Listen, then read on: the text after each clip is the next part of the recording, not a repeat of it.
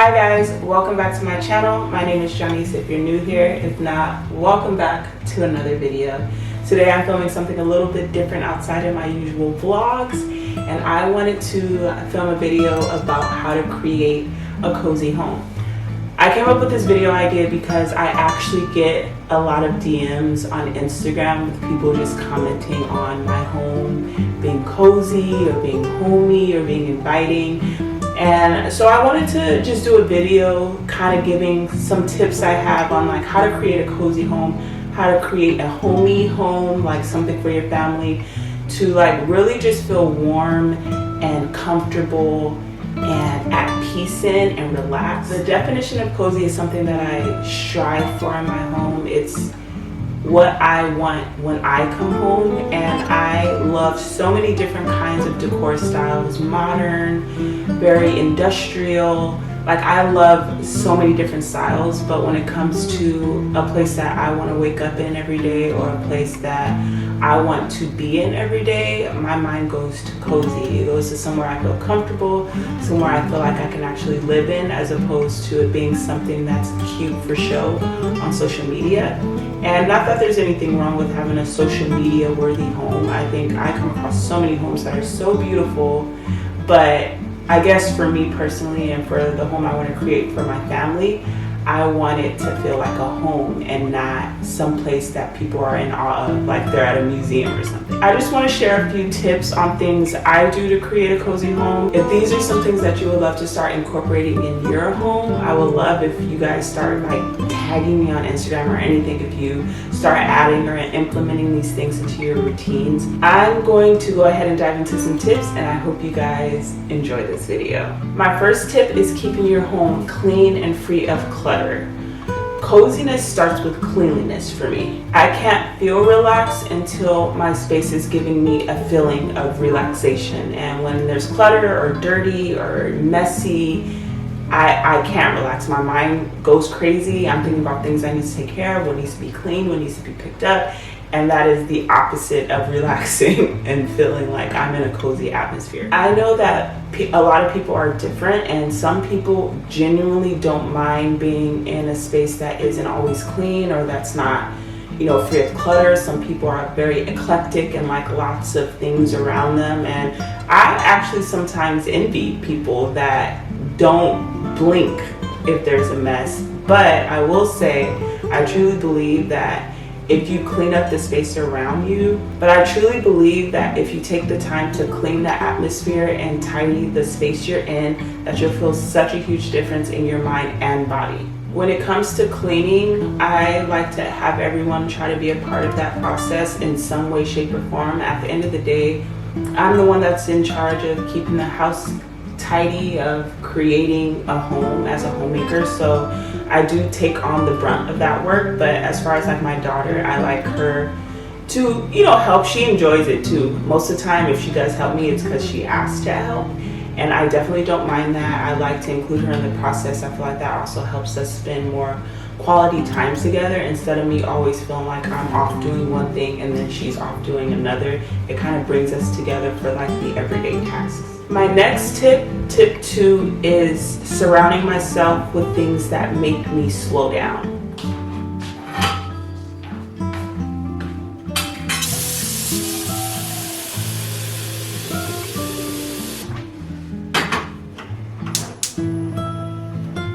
Cozy and slowness go hand in hand for me, so something as simple as actually boiling my water in a kettle on the stovetop as opposed to maybe an electric kettle.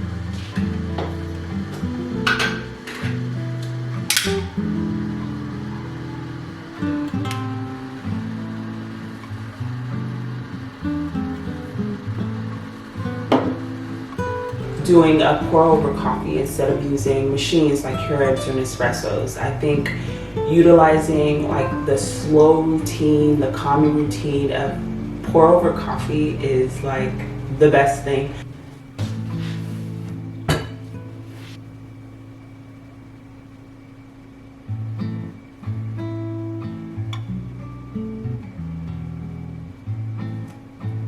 I started making pour over coffee years and years and years and years and years ago. It's been so long now. It's actually hard to believe that it's been that long, but it was such a long time ago and I've never gone back. I have so many machines. I have so many coffee gadgets. I've gone through so many machines and coffee gadgets, but the thing that stays like in my routine is pour over.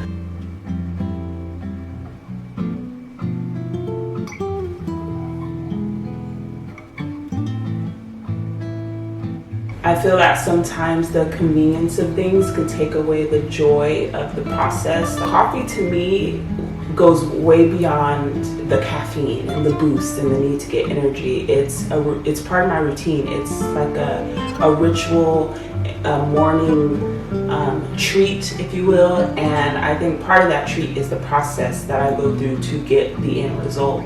And pour over gives you such a hand in making your coffee. You learn more about coffee, you learn more about water temperatures, coffee grind sizes. Like, there's so much that goes into coffee, and when you're using things that are doing everything for you, it kind of makes you numb to what you're actually doing. Sometimes convenience takes away the joy of that task, like listening to the whistle of your kettle when your water is boiling, or the steam that comes from your coffee, the smell, the aroma as you're brewing your own coffee. Like, these are things that are such simple joys, but they create hominess, they create coziness, they create peace and relaxation. And I think in a lot of cases we bypass that through convenience. And that is why pour over is such a huge thing for me as far as slowing down in the mornings. And another thing I feel like is kind of a piggyback off of that as far as slowing down is things like baking.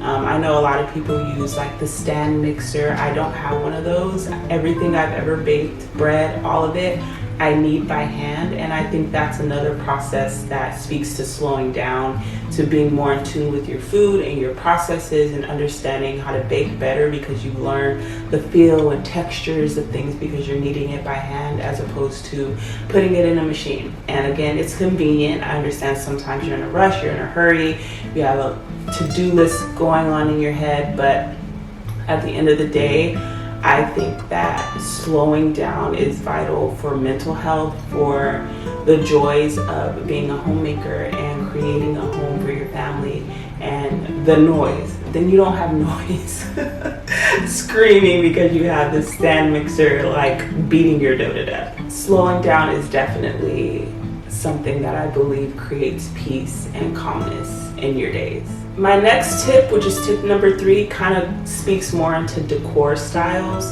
There are lots of different decor styles. There's mixtures of decor, and I don't even really feel that I have a decor style. I love cottage vibes. I love anything that's giving me like cabin, cottage, homey, small, quaint, cozy. That's just my style. So I aim more towards textures and warm colors and things like that to create a space that I feel like is warm. And warm is a big component in cozy. So my next tip is basically for you to find out what makes you relax. What environmental factors allow you to put your body at ease, your mind at peace, and just add things around you that represent cozy to you, whether that's through colors, textures, sounds, or objects. I love incorporating lots of blankets, whether that's blankets thrown across the couch or baskets of blankets. I have multiple baskets of blankets that I guess just that soft texture represents something cozy. Like when you think of snuggling up on a couch or a bed or a chair, you think of pillows and blankets and something that's soft to the touch. So I feel that creating that through blankets and baskets and pillows is a huge part of cozy. I know everyone considers that cozy as well. I love using warm textures. I'm not really into bright colors, but I do believe that bright colors can be cozy as well. That's just not the style I go for per se, but I love warm fall colors, maybe because I love fall. My birthday's in fall. And just those oranges, burnt oranges, nudes, beige, creams, browns.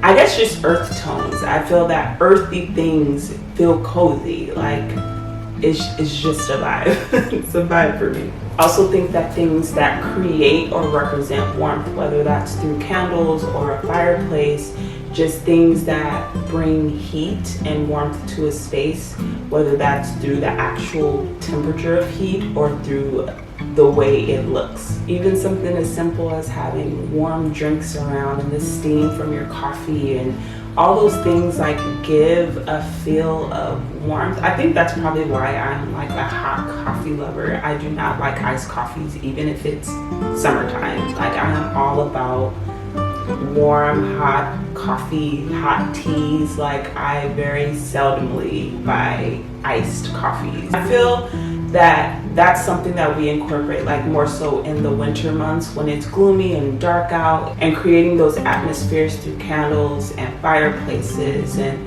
things like that create that warmth. In the summertime, we have the natural element of sunlight that's kind of shooting through our home that I just absolutely love. I love morning light, I love evening light. Like those things create cozy vibes for me, and I love that it's something that's so naturally that God created that we get to kind of witness inside of our homes to create a very like just warming feel. Tip number 4 is simplicity. Taking the time to really decide if things that you're purchasing are necessary is a huge thing for coziness. Taking the time to make sure that the things that you're purchasing are necessary. Surrounding yourself with things that represent you and that aren't just trendy, because there's so many trends that come in and out, and there are some trends that stick, but I don't think there's anything wrong with genuinely enjoying a certain trend. I think at the end of the day, we're human beings and we're influenced whether we intend to or not.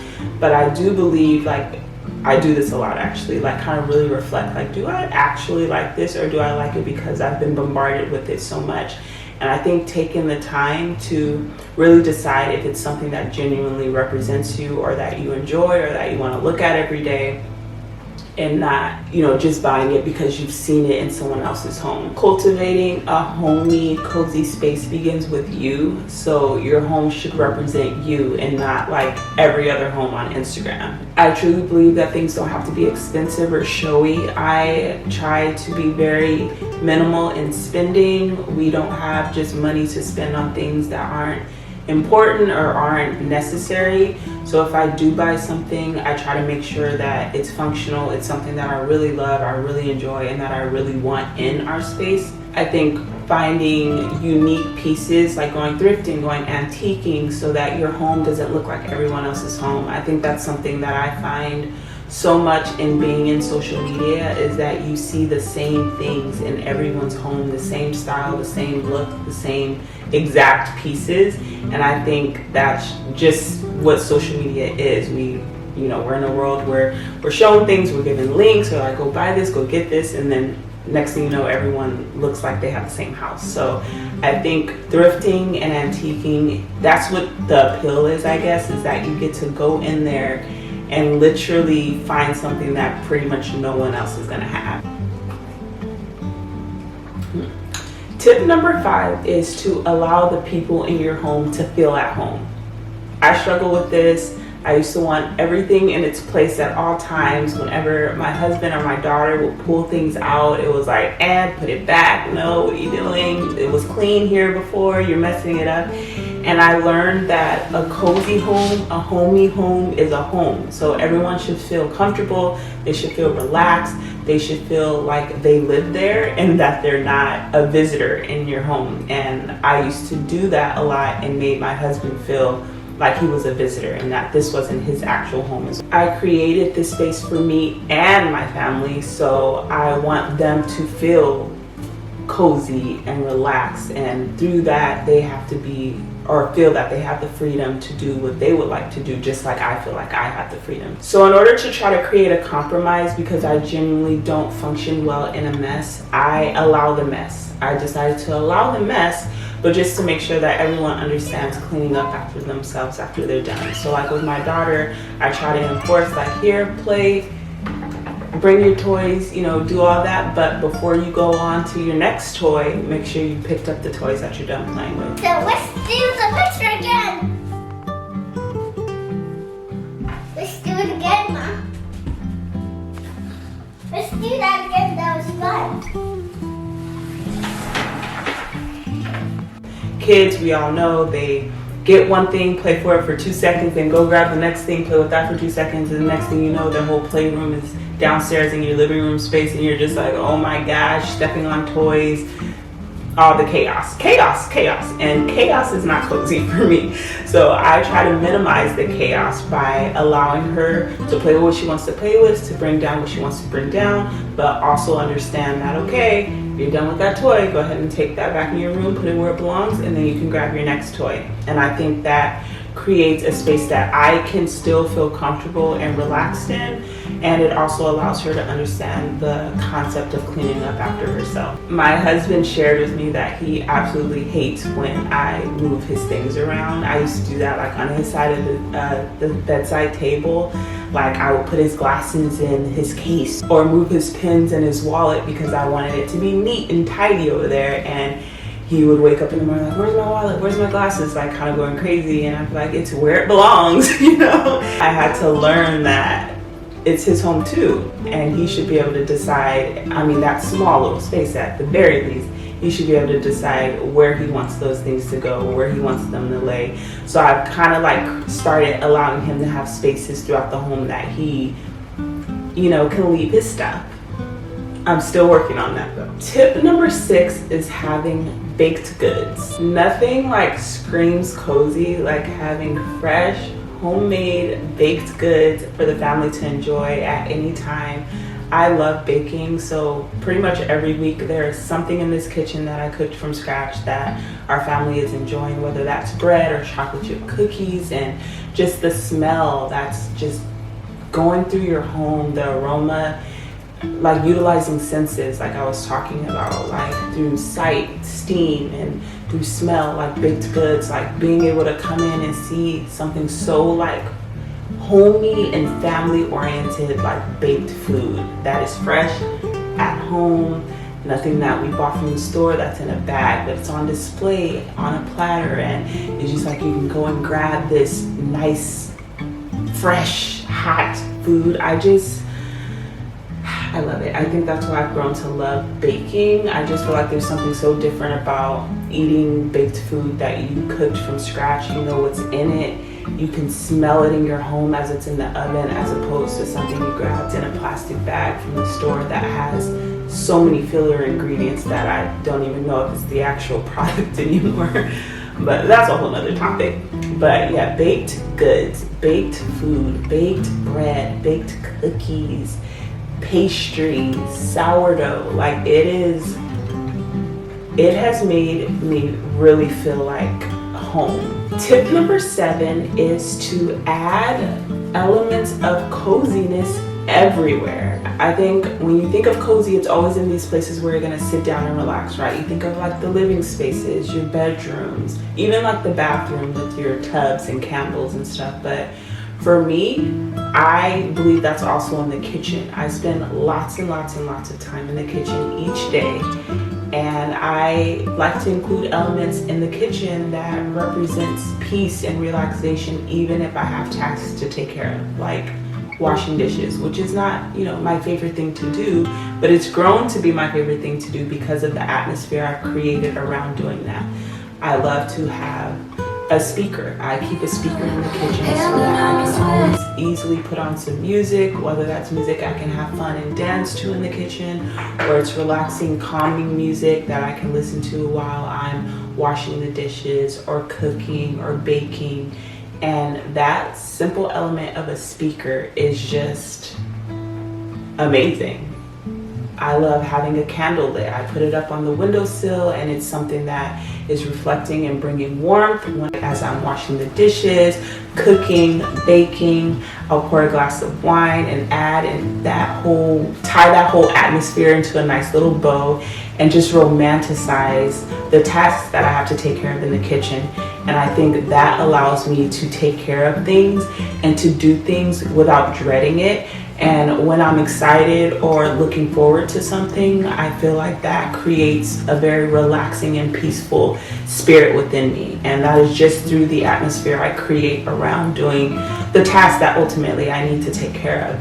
I think it takes it out of the mindset of being a chore and being like a way of creating like a self-care moment for yourself in the process of taking care of your family. So definitely adding cozy characteristics in areas that you have to take care of or clean up or do some tasks that you're maybe not too fond of is just key in like continuing the idea of coziness throughout your spaces. My last and final tip is tip number 8, and it is books.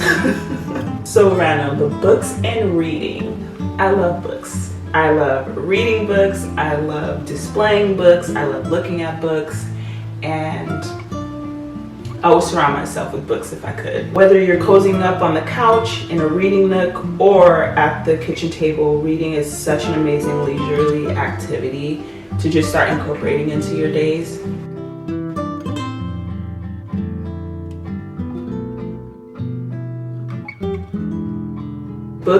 Books make any space look cozier, but they also like represent slowing down. I think that like sitting down and reading a book allows our minds to rest. It allows us to kind of take a little break from our reality, from all the tasks we have, and just allows us to get like wrapped up in a different life, a different world, a different perspective.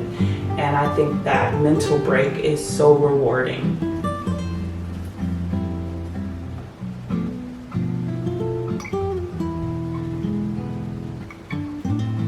I also think the things that surround reading a book, like the things you add, whether that's putting like ambiance on your TV, lighting a candle, pouring a glass of wine or a cup of coffee, a cup of tea. Sorry, I keep forgetting you tea people out there. I'm not a huge tea drinker. I drink it every once in a while, but just a warming drink, warming atmosphere, warming sounds and musics and tones.